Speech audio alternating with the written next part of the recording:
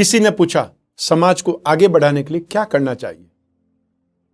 तब एक विद्वान ने जवाब दिया, टांग खींचने के बदले हाथ खींचो। है ना अच्छा जवाब। नमस्कार, मैं हूं कमल श्रीमाली। आप सभी का बहुत बहुत स्वागत करता हूं आपके अपने चैनल में और सूर्य के मिथुन राशि में प्रवेश के इस विशेष एपिसोड में।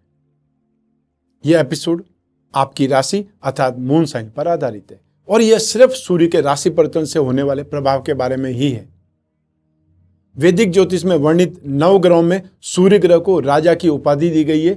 आदि पंचदेवों में से एक सूर्य देव भी है। सूर्य के मिथुन राशि में प्रवेश को ही मिथुन संक्रांति माना जाता है।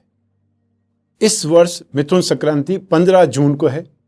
संक्रांति पर्व पर स्नान, दान, व्रत और पूजा पाठ का विशेष महत्व होता है। इस दिन सूर्योदय से पहले उठकर तीर्थ स्थान पर स्नान करके सूर्य को अर्घ्य दिया जाता है। लेकिन महामारी के चलते सावधानी के तौर पर घर पर ही पानी में गंगा जल या अन्य पवित्र जो नदियां होती है, सरोवर होते हैं, उनका जल मिला करके स्नान कर लेनी चाहिए। मिथुन संक्रांति को देश के हर हिस्से में अलग अलग ढंग से मनाया जाता है। हालांकि उड़ीसा में इस त्योहार का विशेष महत्व है। इस दिन लोग अच्छी खेती के लिए बारिश की मनोकामना भगवान सूर्यदेव से करते हैं। हिंदू धर्म में सूर्य का राशि परिवर्तन ही संक्रांति कहलाता है। इस दिन दान पुण्य करने से शुभ फलों की प्राप्ति होती है। मिथुन संक्रांति को रज पर्व भी कहा जाता है। रज पर्व के दिन भगवान सूर्यदेव को प्रसन्न करने के लिए कई जगहों पर तो व्रत करने का भी चलन है। मिथुन संक्रांति का पर्व 4 दिनों तक पूरे श्रद्धा भाव और हर्षोल्लास के साथ में मनाया जाता है। इस दिन सिलबट्टे की पूजा की जाती है। सिलबट्टे को लोग भूदेवी मान करके इसकी पूजा करते हैं। पौराणिक मान्यताओं के अनुसार इस दिन सिलबट्टे को दूध और पानी से पहले स्नान कराया जाता है। फिर सिलबट्टे को सिंदूर, चंदन लगा करके उस पर पुष्प और हल्दी चढ़ाई जाती है। मिथुन संक्रांति के दिन पूर्वजों को श्रद्धांजलि दी जाती है, तर्पण किया जाता है। मिथुन संक्रांति के दिन गुड़, नारियल, चावल के आटे और घी से बनी मिठाई, पोड़ा पीठा बनाया जाता है। इस दिन किसी भी रूप में चावल ग्रहण नहीं करने चाहिए, चावल नहीं खाने चाहिए, जहां तक वो अवॉइड करें। मिथुन संक्रांति के दिन दान देने का बड़ा भारी महत्व है। इस दिन ब्राह्मणों को, गरीबों को, जरूरतमंदों को दान देने से भगवान सूर्यदेव प्रसन्न होते हैं, उनकी कृपा मिलती है। मिथुन संक्रांति के बाद से ही वर्षा ऋतु की शुरुआत होती है। इस दिन स्नान और दान करने से सूर्यदेव प्रसन्न होते हैं। आइए अब बात करें सूर्यदेव के गोचर काल की। सूर्यदेव 15 जून को सूर्योदय के समय ही मृगशिर नक्षत्र के तृतीय चरण में प्रवेश करके मिथुन राशि में आ जाएंगे। मृगशिर नक्षत्र के स्वामी मंगल हैं। मिथुन राशि यह एक वायु तत्व की राशि है और सूर्य अग्नि तत्व प्रदान करें। मिथुन राशि के स्वामी बुध हैं। सूर्य और बुध एक दूसरे के साथ में मित्रवत संबंध रखते हैं। इसका लाभ आपको मिलेगा। आपकी जन्म कुंडली में या गोचर कुंडली में बनने वाले हर योग का कोई न कोई प्रभाव हमारे जीवन पर जरूर पड़ता है। ग्रहों की चाल ही लोगों को बुरा करने की ओर या फिर अच्छा करने की ओर प्रेरित करती है। सूर्य के मिथुन राशि में प्रवेश करने से शुक्र के साथ में युति हो जाएगी, तो 7 जुलाई से बुध के साथ में भी युति हो जाएगी। इस युति का क्या परिणाम मिलेगा, पहले तो यही जान लेते हैं। वैसे तो ज्योतिष में सूर्य और शुक्र दोनों को ही शुभ ग्रह माना जाता है, लेकिन सूर्य और शुक्र की युति का फल अशुभ होता है। सूर्य को आत्मा के साथ ही मान सम्मान, सत्ता और अधिकार का ग्रह माना जाता है, जबकि शुक्र को भौतिक सुख, संपत्ति और सुंदरता का कारक ग्रह माना जाता है।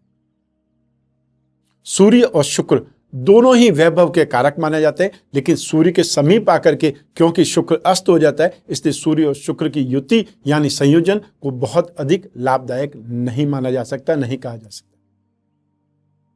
तो 7 जुलाई से सूर्य और बुध की भी युति हो जाएगी। तो सूर्य और बुध जब कुंडली में एक साथ हो तो बुधादित्य योग का निर्माण होता है। बुध बुद्धि का स्वामी है, तो सूर्य प्रतिष्ठा और तेजस्विता का। जब सूर्य और बुध एक साथ में हो जाते हैं तब इन दोनों ग्रहों की शक्ति कई गुना बढ़ जाती है। इस योग से सोचने समझने की शक्ति कई गुना बढ़ सकती है। सूर्य अपने तेज से बुध की शक्ति में वृद्धि कर देते हैं। बुधादित्य योग राजयोग कारक होता है। अब एक और स्थिति यहां पर शुभ है कि सूर्य पर बृहस्पति की दृष्टि भी है। ज्योतिष में सूर्य आत्मा, तेज, बल, पराक्रम और साहस का कारक ग्रह है, यह आपको मालूम है। और बृहस्पति जीव, ज्ञान, धर्म, न्याय, धन, संतान, इन सभी का कारक ग्रह है। गोचर में सूर्य पर बृहस्पति की दृष्टि होने पर निश्चित तौर पर फाइनेंशियल गेन, धन प्राप्ति का योग गठित होगा, विद्वता सिद्ध हो जाती है। और लेकिन ध्यान देने की बात है कि इस समय संतान से कष्ट भी मिल सकता है। सूर्य के इस गोचर का प्रभाव सभी 12 राशियों पर होगा। हालांकि मिथुन राशि में सूर्य के गोचर का प्रभाव ज्यादा देखने को मिलेगा। तो आइए अब इस राशिफल के माध्यम से नजर डालते हैं उन सभी प्रभावों पर कि आपको क्या मिलने वाला है। सबसे पहले आरंभ करेंगे मेष राशि से। तो आपके लिए पंचमें सूर्य का आपकी राशि से पराक्रम भाव में अर्थात थर्ड हाउस में गोचरवश प्रवेश होने से रोगों से मुक्ति, सुख, चैन, अमन जैसे शुभ फल मिलेंगे।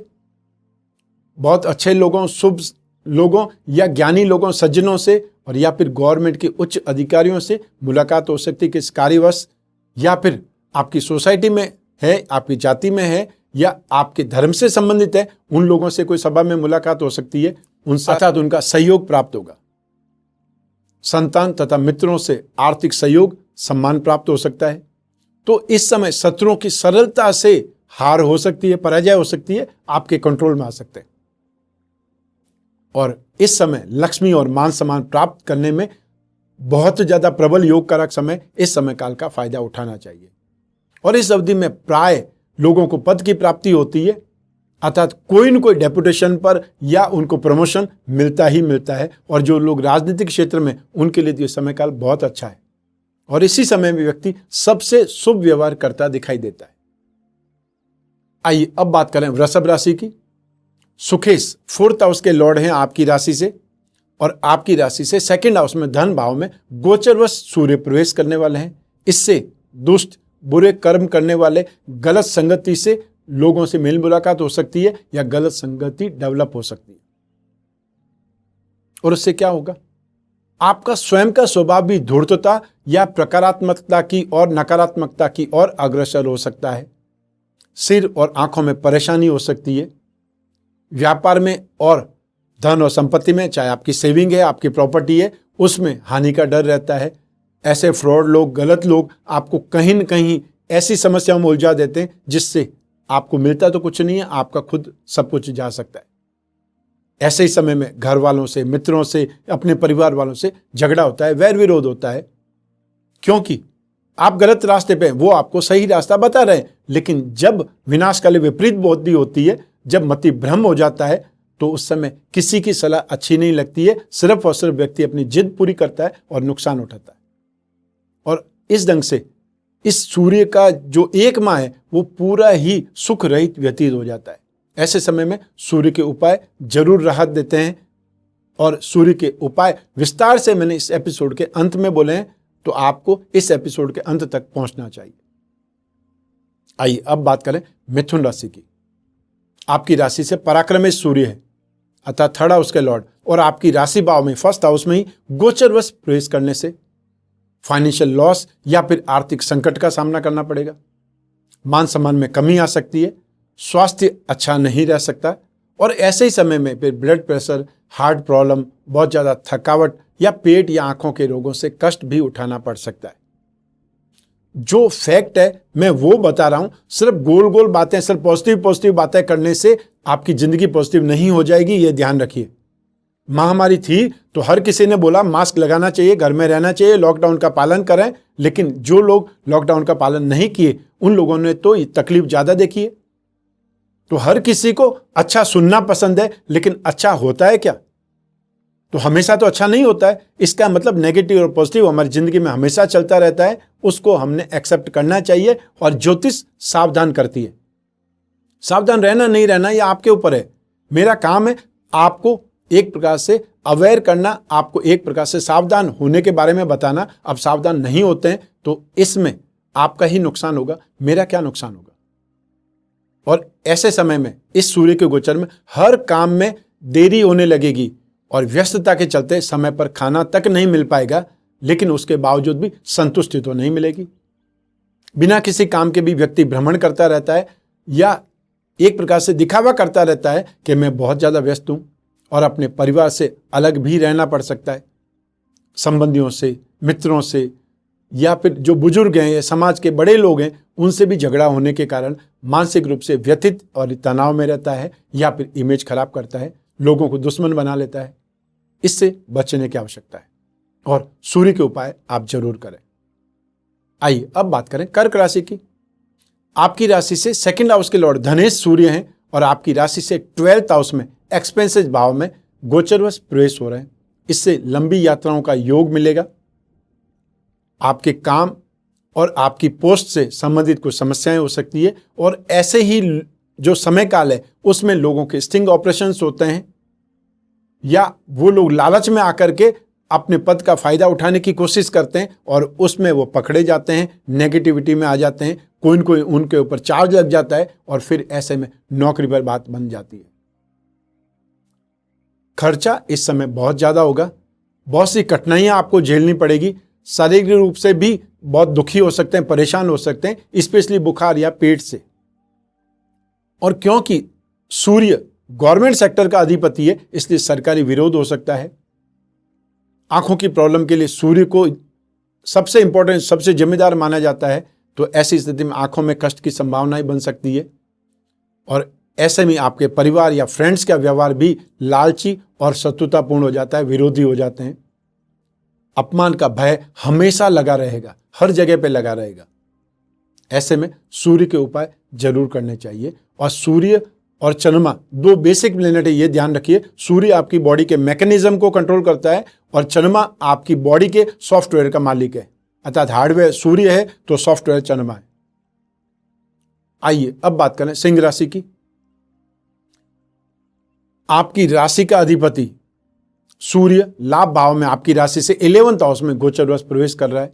इससे हर प्रकार का लाभ, आर्थिक लाभ, बहुत अच्छा खाना पीना, नया पद या बड़ों के स्नेह या आशीर्वाद की प्राप्ति होती। जो लोग सस्पेंड हो चुके थे प्रीवियस टाइम में, उन लोगों को यहाँ पर वापस पद मिल सकता है, वो अपनी नौकरी पर बहाल हो सकते हैं, या जो आपके ऊपर चार्ज थे उससे आपको मुक्त किया जा सकता है। तो ये समय वापस लाइमलाइट में आने का है, या एक प्रकार से अपना वर्चस्व का झंडा गाड़ने का। स्वास्थ्य इस समय अच्छा रहेगा और स्पिरिचुअल और घर में मांगलिक कार्य भी होते रहने के संकेत हैं। सात्विकता में वृद्धि होगी, सरकारी कृपा प्राप्त हो सकती है, अर्थात गवर्नमेंट के जो अधिकारी हैं वो आपको सपोर्ट कर सकते हैं। और बहुत लोगों के लिए प्रमोशन का भी यही समय है। और सूर्य को पिता कहा जाता है और आपको इस समय पिता से भी लाभ मिल सकता है, क्योंकि सूर्य आपकी राशि से लाभ भाव में है। आइए अब बात करें कन्या राशि की। आपकी राशि से 12th हाउस के लॉर्ड द्वादश सूर्य है और आपकी राशि से 10th हाउस में अर्थात कर्म भाव में, प्रोफेशन भाव में गोचरवश प्रवेश कर रहे हैं। राशि से 10th हाउस में सूर्य बहुत शुभ माना जाता है, 11th हाउस में, 3rd हाउस में और 6th हाउस में, ये 4 जगह पर सूर्य बहुत अच्छा माना जाता है। और 5वीं स्थिति अपनी खुद की राशि में आने से, लेकिन वो राशि से 1st हाउस में आने से आपको स्ट्रेंथ बहुत दे देगा, लेकिन सुखी नहीं कर पाता है। तो धन अर्थात financial gain, health, friend circle, या फिर ये बोल सकते हैं आपका सोसाइटी, इन सभी का आपको सपोर्ट और सुख मिलेगा।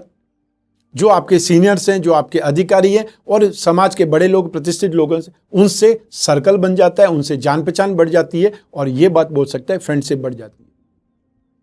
सज्जनों के द्वारा लाभ मिलता है, हर काम में सफलता मिलती है और प्रमोशन का सुअवसर प्राप्त हो सकता है। और जिन लोगों के पास में जॉब नहीं है, जो लोग जॉब निरंतर ट्राई कर रहे हैं, उन लोगों को ये समय काल में इस गोचर सूर्य के इस गोचर में जॉब मिलने के योग हैं। या जिन लोगों ने बिजनेस एक प्रकार से शट डाउन कर दिया था इस महामारी में, कोरोना काल में, कंटिन्यू घाटे की वजह से, कंटिन्यू लॉस की वजह से, तो ये स्थिति वापस आपको खड़ा कर सकती है, वापस आपको सपोर्ट मिल सकता है।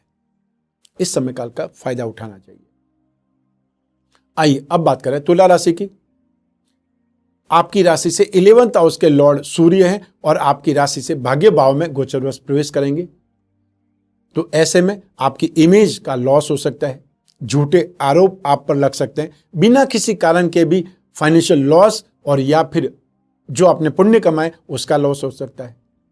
और इन सब बातों की वजह से, इन सब कार्यों की वजह से इनकम में कमी हो जाती है, जो जॉब करते हैं उनके दिमाग में बड़ा आता है कि हमको इनकम की क्या कमी हो सकती है। तो जब आपको सस्पेंड करके आपको लाइन में बिठा दिया जाता है, घर पे बिठा दिया जाता है, तब आपको 50% ही आपको सैलरी मिल पाती है, पूरी सैलरी नहीं मिलती है। तो ये इनकम में कमी है। रोग और अशांति उत्पन्न हो जाती है, बड़ों से या फ्रेंड सर्कल से, भाइयों से, स्पेशली बड़े भाइयों से विरोध होने लगता है। और ऐसे ही समय में सोसाइटी से अपमान का भय लगा रहता है। हर कार्य में ऑब्स्टिकल्स मिलने से, व्यवधान मिलने से, हर चीज लिंगर ऑन होने से व्यक्ति बहुत ज्यादा दुखी, तनाव में या पीड़ित हो जाता है, फ्रस्ट्रेट हो जाता है। आइए अब बात करें वृश्चिक राशि की। आपकी राशि से 10th हाउस का लॉर्ड दशमेश सूर्य है और आपकी राशि से 8th हाउस मारक भाव में गोचरवश प्रवेश कर रहे हैं, जो कि शुभ परिणाम आपको देगा नहीं। तो आपको बुरे कर्मों का फल मिल सकता है इस समय। यदि आपने कुछ न कुछ गलत किया है, लालच, दुर्भावना या अपना मोटिव साधने के लिए आपने जो कुछ भी खराब किया है, यहां पर आपको उसका भुगतान देना पड़ेगा। जो आपके विरोधी हैं उनसे वैर विरोध बढ़ जाएगा, शरीर में पीड़ा बढ़ जाएगी, बवासीर, अपच ऐसे रोग उत्पन्न हो सकते हैं और सरकारी एक प्रकार से भय लगा रहेगा। और जो व्यक्ति गलत करता है वो व्यक्ति कभी भी शांत नहीं रह सकता अपने मन से। उसे आधी रात में चौंक करके उठने की आदत हो जाती, ऐसा हो गया तो वैसा हो गया तो ऐसा कुछ गलत करेंगे तो आपकी नींद भी उड़ जाएगी। इसलिए हमेशा जो सही है उसके साथ में रहिए, तो आप सुख की नींद सोएंगे। जो ज्यादा कमा रहा है वो भी 6-7 घंटे की नींद सो रहा है और उतना ही खाना खा रहा है, और जो ज्यादा नहीं कमा रहा है वो भी उतना ही खाना खा रहा है। ऐसे समय में जीवन साथी को भी कुछ कष्ट हो सकता है, एक्सपेंसेस बहुत ज्यादा होंगे, व्यर्थ के एक्सपेंसेस हो सकते हैं, और आपको खुद को भी बुखार, ब्लड प्रेशर से बहुत बड़ी समस्या हो सकती है, यहां तक कि हॉस्पिटलाइज होना पड़ सकता है। इसका विशेष रूप से ध्यान रखिएगा। आइए अब बात करें धनु राशि की। भाग्येश 9th हाउस के लॉर्ड सूर्य हैं और आपकी राशि से 7th हाउस में दाम्पत्य सुख भाव में गोचरवश प्रवेश कर रहे हैं। 7th हाउस में सूर्य को शुभ नहीं बोला जाता है। आपकी कुंडली के 7th हाउस में यदि सूर्य है तो आपकी लाइफ में दाम्पत्य सुख को लेकर के खींचतान हमेशा होती है, क्योंकि सूर्य के अंदर एक प्रकार से अग्नि तत्व है, आग है। जहां सुख लेने की स्थिति होती है वहां पर अग्नि तत्व होगा, तब क्या होगा, सुख नहीं मिल पाएगा। तो दाम्पत्य जीवन में वैमनस्यता, अरुचि, मन मुटाव की स्थिति उत्पन्न होने लगेगी। जीवन साथी और संतान बीमार रहने लग सकती है। आपके काम में आपको बहुत ज्यादा समस्याएं, व्यवधान आ सकते हैं। और यदि आप बिजनेसमैन हैं तो भी जो आप चाहते हैं वो स्पीड आपको नहीं मिल पाएगी, संतुष्टि आपको नहीं मिल पाएगी। और जिन लोगों की व्यवसाय संबंधित यात्रा करनी पड़ती है उनको यात्राओं में कष्ट होगा, असुविधा हो सकती है। जो आप जितनी स्मूथनेस से यात्रा चाहते थे वो नहीं हो पाएगी, चाहे आपने बिजनेस क्लास का टिकट लिया है तब भी। पेट से संबंधित रोग, माइग्रेन संबंधित रोग ज्यादा परेशान कर सकते हैं। फाइनेंशियल लॉस और इमेज के लॉस के कारण दुखी, पश्चाताप, या ये बोल सकते हैं कि अंदर तक, भीतर तक व्यक्ति बहुत ज्यादा तनाव में आ जाता है। ऐसी स्थिति में सूर्य के उपाय आपको राहत दे सकते हैं, वो जरूर करने का प्रयत्न करिएगा। आइए अब बात करें मकर राशि की। अष्टमें सूर्य, 8th हाउस के लॉर्ड आपकी राशि से सूर्य हैं और आपकी राशि से 6th हाउस में रोग भाव में गोचरवश प्रवेश करेंगे और ये गोचर शुभ माना जाएगा। जैसा कि मैंने थोड़ी देर पहले बताया, आपकी राशि से 3rd हाउस में, 6th हाउस में, 10th हाउस में और 11th हाउस में, इन 4 जगहों पर तो सूर्य हमेशा शुभ फल देगा।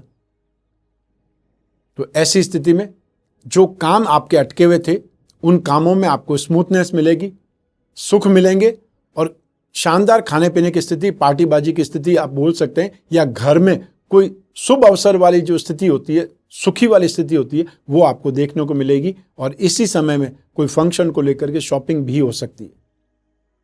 और बहुत से लोग तो शॉपिंग इस वजह से भी करेंगे कि अब लॉकडाउन खत्म हुआ है, 1 साल तक हमने शॉपिंग नहीं की है, हमारा पैसा इकट्ठा हुआ है, तो क्या करें। और जो आपके अपोजिट लोग हैं, जो आपके कॉम्पिटिटर्स हैं, उन पर आप बहुत अच्छे ढंग से कंट्रोल प्राप्त कर लेंगे। उनके सामने आप इतने बड़े आइकन बन जाएंगे कि वो आपके पार नहीं आ पाएंगे। हेल्थ बहुत अच्छी रहेगी। गवर्नमेंट के जो भी अधिकारी हैं उनसे सहयोग मिलेगा, परामर्श मिलेगा, और आपकी खुद की रेपुटेशन में बहुत इंप्रूवमेंट आएगा। चाहे रोग की बात करें, शोक की बात करें, मोह की बात करें, एक्सपेंसेस की बात करें, दुख की बात करें, ये सब समाप्त होकर के मन और तन में खुश, या ये बोल सकते खुशी व्याप्त हो जाएगी। और जब मन खुश होता है तो तन भी खुश होता है, और तन खुश होता है तो मन को खुश होने के कई कारण मिल जाते हैं। आइए अब बात करें कुंभ राशि की। आपकी राशि से सप्तम सूर्य, 7th हाउस का लॉर्ड सूर्य है, और आपकी राशि से 5th हाउस में शिक्षा और संतान भाव में गोचरवश प्रवेश कर रहा है। इससे मेंटल कंफ्यूजन और इल्यूजन की स्थिति आ जाएगी। शारीरिक और मानसिक जो ताकत है, बुद्धि बल है, उसमें कमी आ जाएगी। बहुत बार ये होता है कि हमको उन चीज़ों का पता है, उन जो प्रश्न है उनके बारे में हमको जानकारी है, हमको उत्तर पता है, लेकिन हम कई बार एग्जैक्ट टाइम पर वो चीज़ भूल जाते हैं क्योंकि वो प्रेशर ज़्यादा है।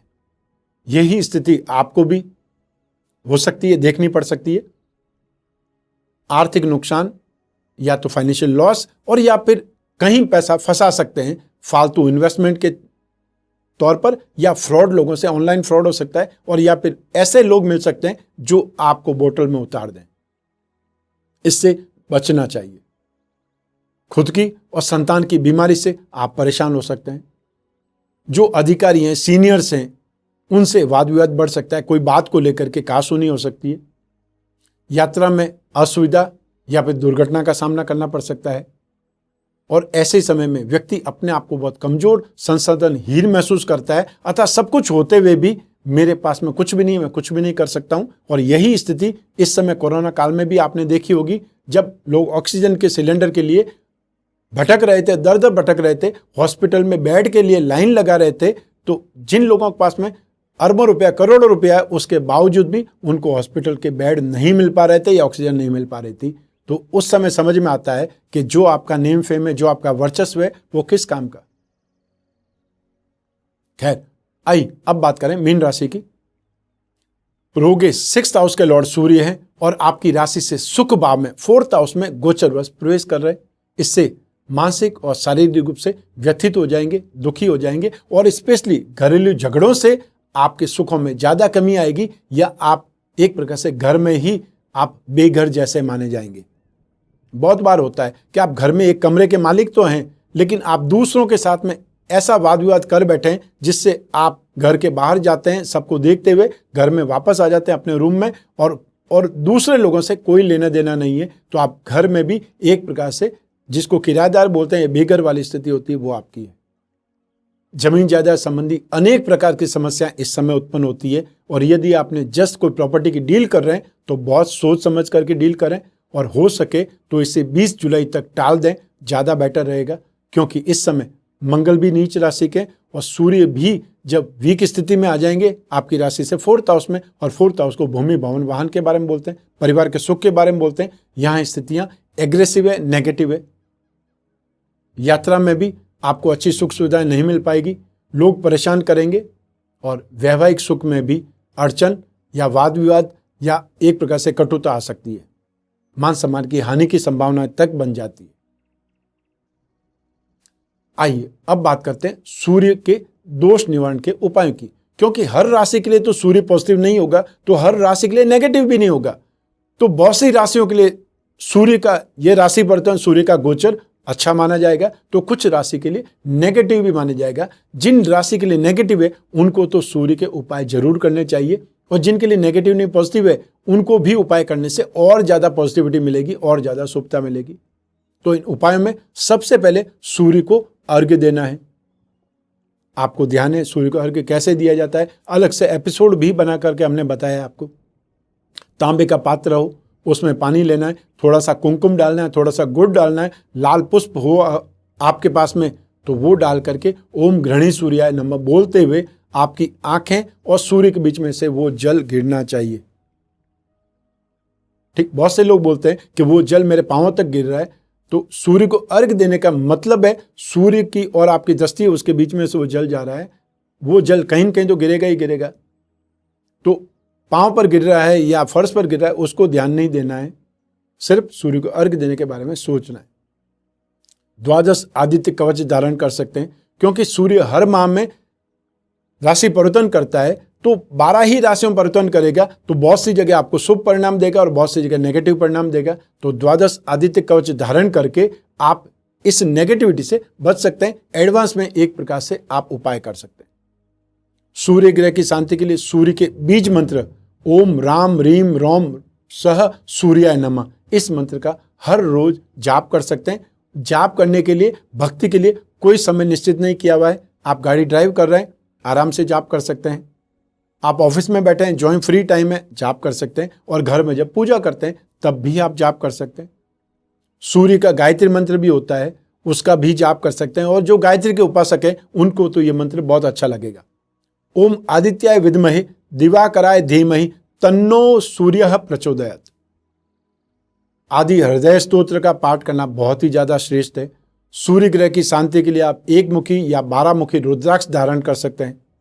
हर रविवार को गेहूं, गुड़ या तांबा का दान कर सकते हैं। और ये दान यदि सूर्योदय से 1 घंटे के भीतर किया जाए तो और ज्यादा बेटर है। ये होरा मुहूर्त में दान हो जाएगा। भगवान विष्णु की या श्री राम की पूजा उपासना करना बहुत अच्छा है। और राम रक्षा स्तोत्र का यदि पाठ कर सकें तो और ज्यादा बेटर रहेगा। ये थे सूर्य के दोष निवारण के उपाय। इसमें से जो संभव हो सकता है, जितनी आपकी सामर्थ्य है उतने उपाय करने का प्रयास करना चाहिए। ये था सूर्य के गोचर फल आपकी राशि के लिए। ये जो सूर्य का गोचर फल है आपकी राशि में से, आपकी जन्म कुंडली में से सिर्फ एक ही ग्रह पर, चंद्रमा पर बेस्ड है। बाकी सारे ग्रह आपको उसी प्रकार के फल देंगे जो आपकी जन्म कुंडली में है। कौन सी आपको दशा चल रही है, कौन सा ग्रह उच्च का है, नीच का है, नवांश में उसकी क्या स्थिति है, कौन सा ग्रह कितनी डिग्री का है, किन ग्रहों के साथ में युति कर रहे हैं या किन ग्रहों के प्रभाव में, इन सब का इम्पैक्ट हर राशिफल के साथ में, हर गोचर के साथ में देखा जाता है। क्योंकि 50% दशा आपको प्रभाव करती है तो 50% गोचर प्रभाव करता है। और दोनों का कॉम्बिनेशन यदि पॉजिटिव है तो बहुत तेजी से इंप्रूवमेंट आता है। और दोनों में से एक पॉजिटिव और एक नेगेटिव है तो फिर आपको संघर्ष करना पड़ता है। और जो संघर्ष करता है वो जीत जाता है। और दोनों ही नेगेटिव है तब संघर्ष ज्यादा बढ़ जाता है, नुकसान होने की संभावना बन जाती है। तो फिर पूजा पाठ, उपासना, ये सब कुछ बहुत काम करती है। यदि आप अपनी जन्म कुंडली का विश्लेषण चाहते हैं, अपनी जिज्ञासा की पूर्ति चाहते हैं, अपनी समस्याओं का समाधान चाहते हैं, या आपके जो प्रश्न हैं उनका क्या विश्लेषण है, आपके सपने देखे हुए वो कैसे पूरे हो सकते हैं, बहुत सी बातें हो सकती है, बहुत सी चीजें हो सकती है जिसके बारे में आप जानना चाहते हैं। लेकिन उसके लिए स्क्रीन पर जो नंबर है उस पर संपर्क स्थापित करना है, अपॉइंटमेंट फिक्स करना है। और फिर आप और मैं ही होंगे, बीच में तीसरा कोई भी नहीं होगा। आपकी बातें, आपकी जन्म कुंडली और आपकी जिज्ञासा, ये सब मैं पूरी करूंगा। मैं कामना करता हूं कि आप स्वस्थ रहें, प्रसन्न रहें और सुरक्षित रहें। अपना और अपने परिवार का, घर के छोटे छोटे बच्चों का और घर के बुजुर्गों का विशेष ख्याल करें। आप सभी को मेरा नमस्कार, बहुत बहुत शुभकामनाएं। ईश्वर आपकी रक्षा करे, भगवान सूर्यदेव आपकी रक्षा करे। बहुत बहुत धन्यवाद।